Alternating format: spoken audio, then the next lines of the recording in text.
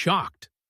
That's how Jimmy Kimmel and his team felt when they heard their show got paused forever. Jimmy Kimmel's whole life flipped upside down. After 22 years of cracking up America every night, his show got yanked off TV in September 2025. But this wasn't your everyday drama. ABC hit pause on him after one talk that crossed the line. 28 TV spots said no way to his stuff. The FC warned about lawsuits. Even Donald Trump partied about his mess online. Jimmy Kimmel is not a talented person. He had very bad ratings, and they should have fired him a long time ago. So what Kimmel said that night blew everyone's minds. This is not how an adult grieves the murder of someone he called a friend.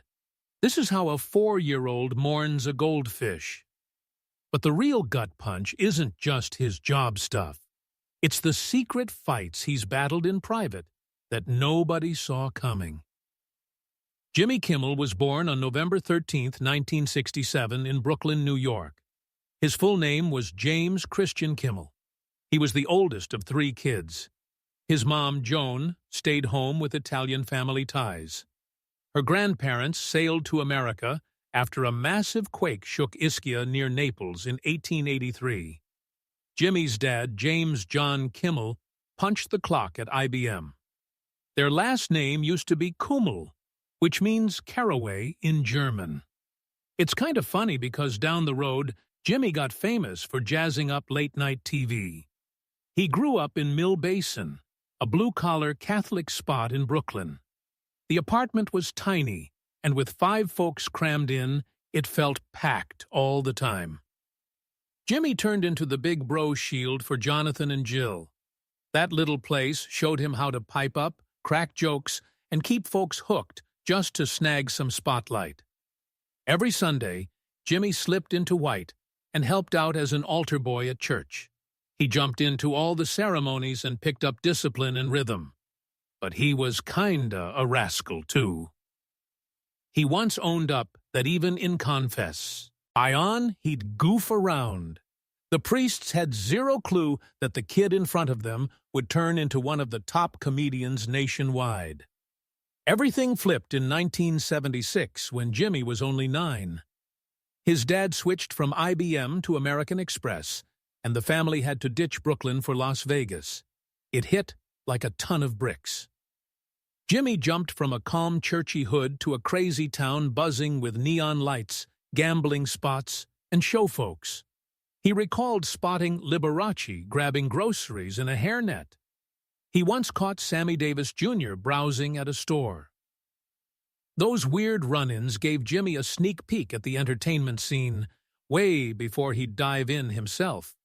In 1985, he finished up at Ed W. Clark High School in Las Vegas. He didn't grind too hard in class, but still pulled solid marks. He was the goofball of the group and dug sketching. His top class was art stuff, and he nailed it. The school got so pumped about him that later they set up a little memorial spot for him.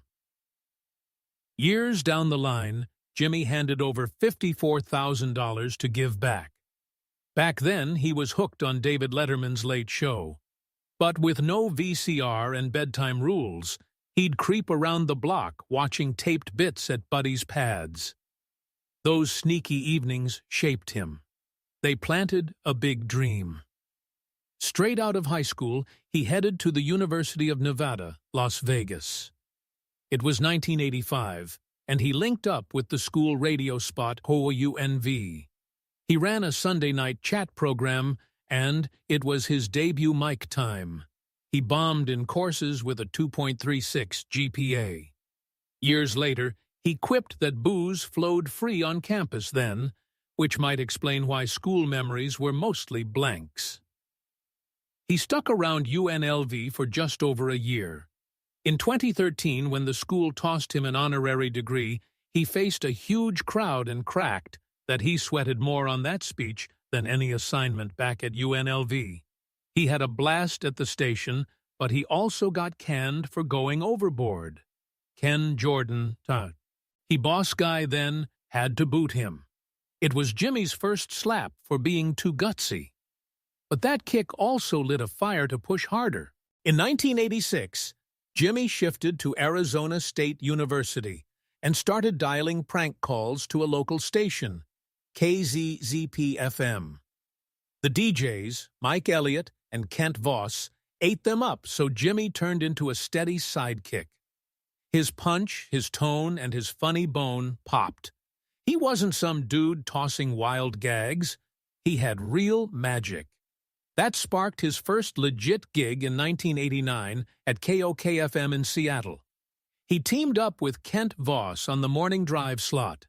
It was dubbed the Me and Him Show, but it derailed quick. They pulled a stunt aimed at the Seattle Mariners Ball Club. It cracked up the crowd, but it nuked an $8,000 sponsor deal for the station. Just 10 months in, they both got the axe in 1990. Then they scored another shot, this time in Tampa, Florida at WRBQ-FM. But that gig tanked too. They got dumped again in 1991 for what Jimmy later tagged as all-around bad acting out. That Tampa stretch was so rough, Jimmy once griped it was the pits of anywhere he'd crashed. His ride vanished. His pad got jacked, and the radio gig sucked. He tried comedy voices and bits, but zip, stuck. It was a total crash landing in his story. After that, he bounced to Palm Springs and landed at KCMJ. This round, he went by Chris Kimmel on the air, and nobody spilled why. It felt like a steady ride at last. His chief, Scott Keeney, never gave him the boot, and Jimmy loved ribbing that he was the lone boss who held back. In Palm Springs, he teamed with a newbie helper named Carson Daly, a pal of the fam. Jimmy dubbed him Fred on air and had him pull nutty stunts like posing on corners in a cowboy lid and undies. He also hauled in his Jewish numbers Wiz from Brooklyn as the weather gal, and her heavy Yiddish twang turned into a crowd pleaser. Palm Springs let Jimmy just vibe as himself. In 1994, he snagged his huge shot at KROQ-FM in Los Angeles. He hopped on the Kevin and Bean show as Jimmy the Sports Guy. He was snarky and roasting jocks like nobody else. That's where he crossed paths with Adam Carolla. Their spark flew right off. One time they faked a boxing clash between Jimmy and another crew guy, and Adam jumped in as coach. That gag blew up into way more. He stuck there for 5 years, and while it boosted his path, it also brewed mega headaches later. He jumped on a funny holiday record where he mocked Snoop Dogg. In the track, he dropped the N-word a bunch and kidded about Santa as a plump pest in a sled, slinging dirt. That tune flew low for years till it resurfaced in June 2020, when the whole country raged over race stuff. Folks flipped. Worse yet, in a 2013 chat with Adam Carolla, Kimmel owned up he'd pulled that stunt loads, like faking black stars. This blew up because in 2018, Kimmel slammed Donald Trump on air and pushed actor Tom Arnold to drop a clip of Trump allegedly slinging the same ugly word. Haters dubbed Kimmel two-faced. In 1997, Kimmel leaped to TV with Comedy Central's quiz game, Win Ben Stein's Money. At first, he passed on the spot, but once rolling, fans dug how he clashed with Ben Stein. Stein droned slow and stiff, while Kimmel zipped fast and fun. Their mix lit up the show. In 1999, both snagged a Daytime Emmy for Top Game Host. Kimmel hung on till 2000, when he ditched for full-time on The Man Show. After he bounced, the show rolled with fresh partners like Nancy Pimentel and later Kimmel's kin, Sal E. Yako. Over its life, the show grabbed 6 Daytime Emmys, and it shoved Kimmel deeper into TV. Also in 1999, Kimmel kicked off a maker outfit called Jack Hole Industries. He launched it with Adam Carolla and Daniel Kellison. The tag mashed their old silly names. Carolla and Kellison rocked Jack Hole, and Kimmel sported Cash Hole. Their icon was a drawn mule in a sombrero. Their kickoff smash was The Man Show, which they hawked to Comedy Central as total anti-Oprah. It was nuts and jammed with wild bits like slamming brews, potty gags, and gals bouncing on springs. The show targeted young dudes, and it caught flack from women's rights folks for feeling anti-girl. But it clicked. The show crushed it. Jack Hole churned out more like Crank Yankers, The Andy Milonakis Show, and Sports Show with Norm Macdonald. Jack Hole powered on till early 2020, when Kimmel flipped to his fresh outfit, Kimmelot, to steer Jimmy Kimmel Live. But in the Man Show stretch, from 1999 to 2003, Kimmel pulled a move that stuck like glue. He went full blackface to mimic NBA guy Karl Malone. He didn't stop at one, he had turned into a go-to bit. He slathered dark paint everywhere, rocked a hoop shirt, and yapped in a phony tone with overdone street talk. He had the guy babble about space folks, toy critters, even eyeing the White House. In one Fest episode, Kimmel rolled in as Karl Malone, Santa-style, still blacked up. He even aped Oprah Winfrey the same route. These bits mostly hid till 2010, when clips popped online amid huge protest waves. On June 24, 2020, Kimmel said sorry. He called the tapes cringy and swore he'd matured and shifted, but haters noted he still played Malone makeup-free as late as 2018 in a live chat with the actual Karl Malone. In 2002, Kimmel swung big again with Crank Yankers. The hook was fresh. The show ran true prank dials, but swapped faces for puppets to play it out. Kimmel lent voices to bits like Elmer Higgins, The Nudge, and Karl Malone. The show dropped on June 2, 2002 on Comedy Central and turned heads. They tested edges with phony emergency calls and loony gags that danced near too much. The first wave wrapped in 2005, but it revived on MTV2 in February 2007 before closing shop in March. The show landed so well it scored 2 Primetime Emmy nods. Then, in 2019, Kimmel revived it once more. On February 11, 2019, he announced Crank Yankers would reboot under his new maker group, Kimmelot. Comedy Central grabbed it back, and he fresh run kicked off on May 5, 2021. This showed Kimmel wasn't just a TV mug. He had sharp behind-scenes chops, too. Kimmel's wildest bet hit in 2003. On January 26th, fresh off Super Bowl Weather 7, Jimmy Kimmel Live hit screens first. It slotted at 12:05 a.m., a late gamble hour. The opener packed Snoop Dogg as side host, George Clooney as top draw, and Coldplay jamming tunes, but it stumbled. Ted Koppel from Nightline kicked it off by dubbing it this trash heap. The kickoff shows tossed in brew-guzzling, rowdy crowd games and bits that spooked ABC bosses. The Hollywood Reporter trashed it as a wreck and said it wandered lost. They even tied it to why ABC chased David Letterman hard. For year one, the show went live, aiming to stay fresher than rivals. Stuff didn't click quick. From 2003 to 2004, numbers tanked. Reviewers ripped it. The New Yorker called the host charmless. The Seattle Post-Intelligencer said it looked like a Tots spill on the rug. One brutal flop hit on April 23, 2004, when actor Thomas Jane swore live and mics blew it. That yanked ABC from live runs. Salon.com noted one show closed with Kimmel glumly naming next guests and wishing somebody showed. The show teetered. But then a shift hit.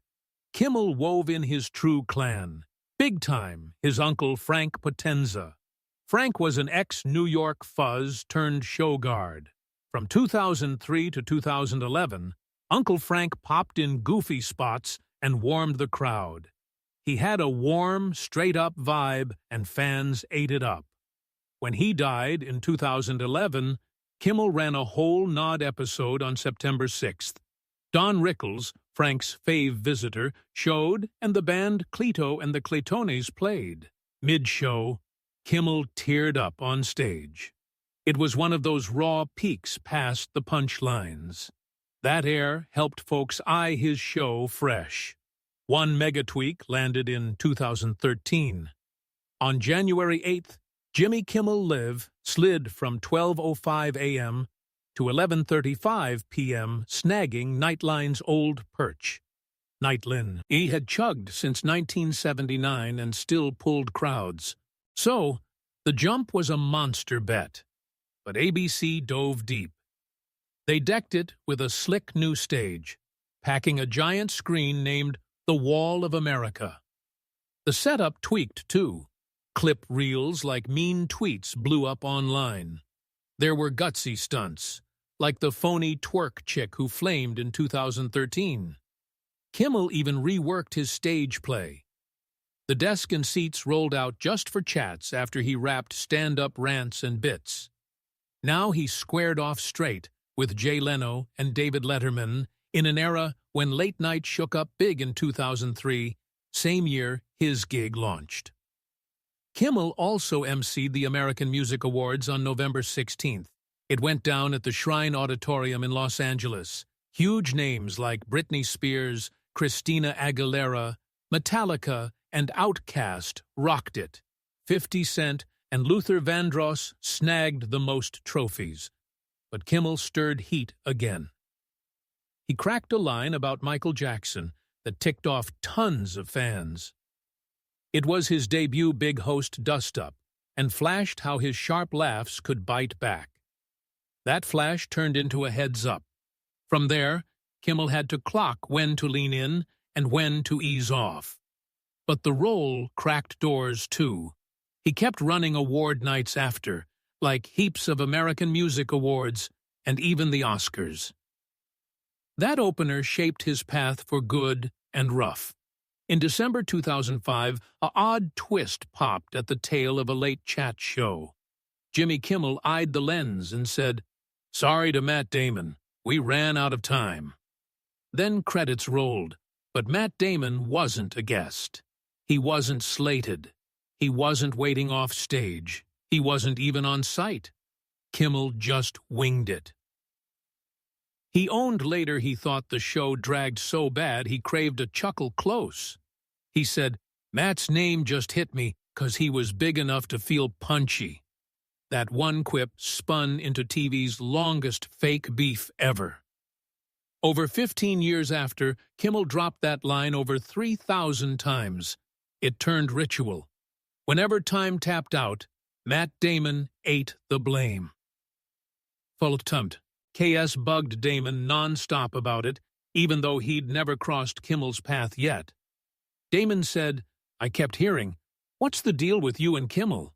And I'm like, 'No clue who he is.'" Then in 2013, it all reversed. Damon crashed the set. He strolled out, strapped Kimmel to a seat, and ran the whole hour solo. He hauled in every guest, stars like Nicole Kidman and Reese Witherspoon, and shut Kimmel's mouth the whole ride. From there, the beef swelled huge. It quit being a gag. It turned one-up game. Kimmel once trashed Damon's flicks as snoozers.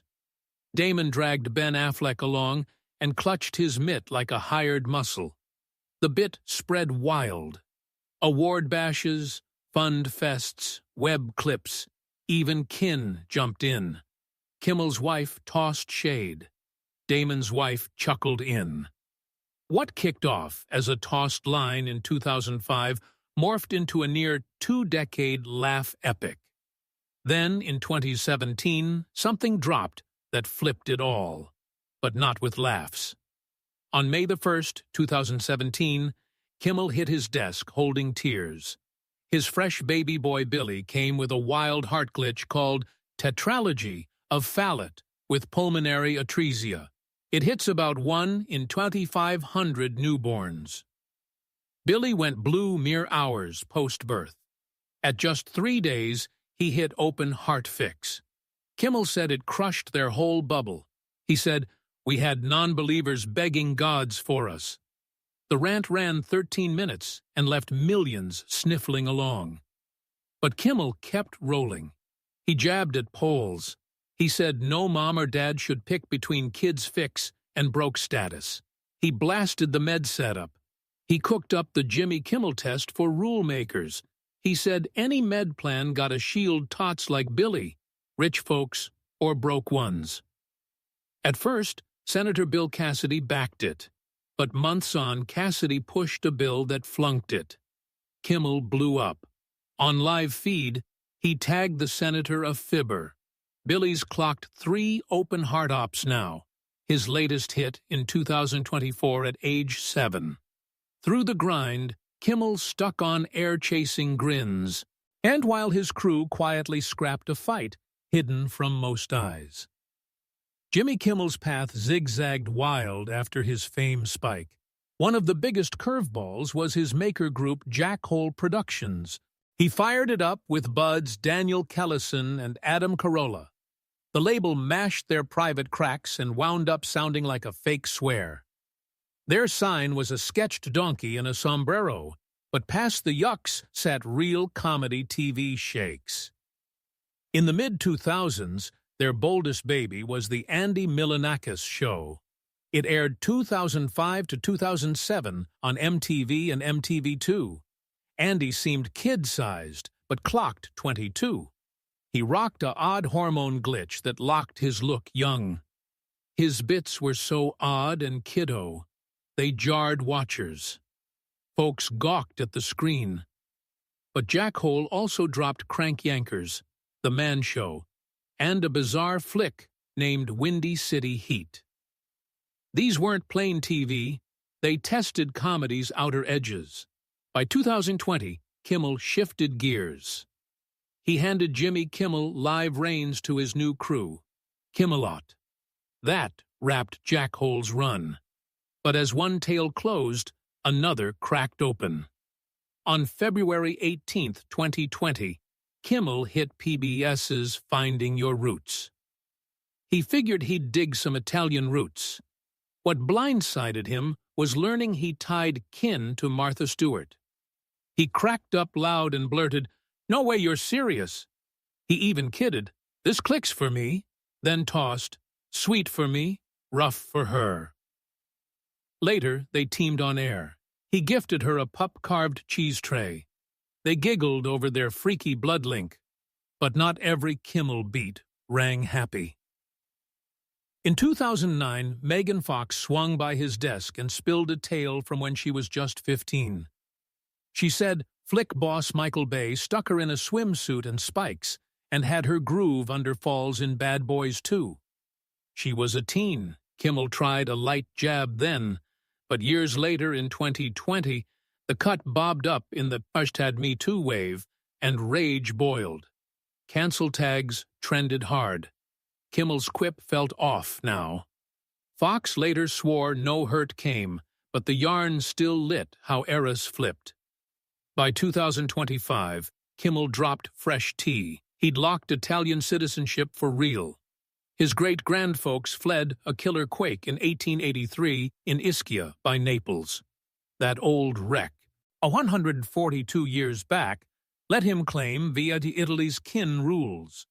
He chatted it with Sarah Silverman on her pod, saying, "Yeah, I got that now." Eyes caught the when.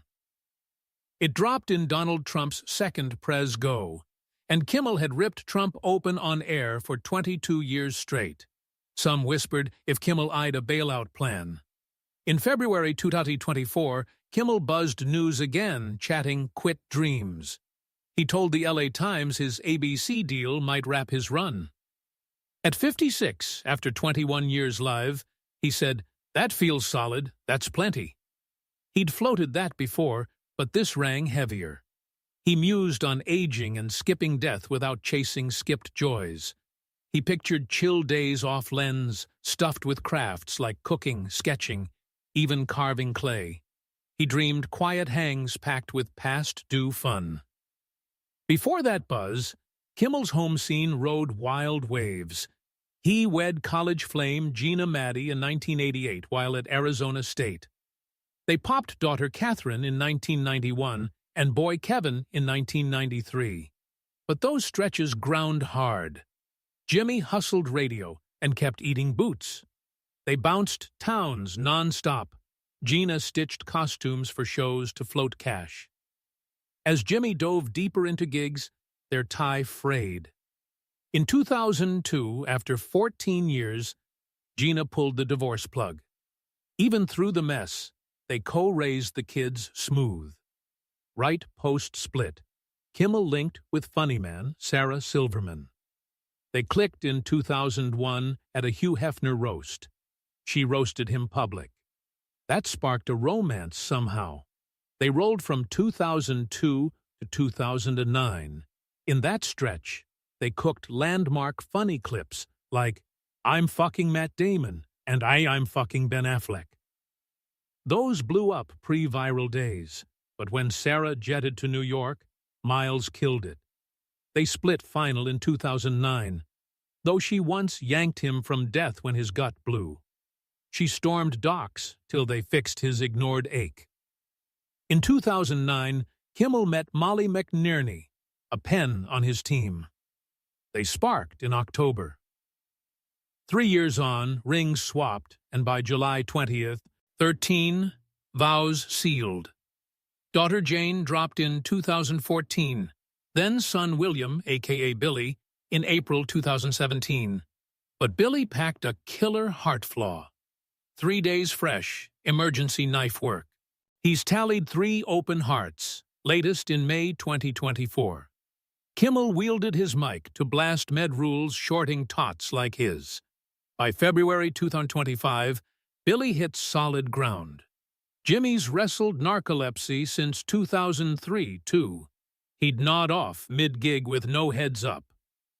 But the wild scare was his appendix pop and Doc's dragged feet. Sarah Silverman, tight pal still, flipped out at the ER till they jumped. In May 2025, pure joy hit. His girl Catherine birthed a mini-girl. Jimmy hit Gramps at 57. He kidded Catherine was 33, and it nabbed his second unscheduled skip from host chair in 22 years just to show. His full crew weaves his scene. His kin, Sal E. Yako, a.k.a. Cousin Sal, pens for the show and shines in tricks. His bro Jonathan steers the camera. Sal holds a law paper but ditched it for yucks. Their tie makes the show feel homey. His ex Gina now helms her gear line, Maddie James. And amid the storm, Jimmy claws to hug fam tight. But in September 2025, the roof caved. Jimmy Kimmel Live got iced by ABC Post, a hot rant on conservative firebrand Charlie Kirk's killing.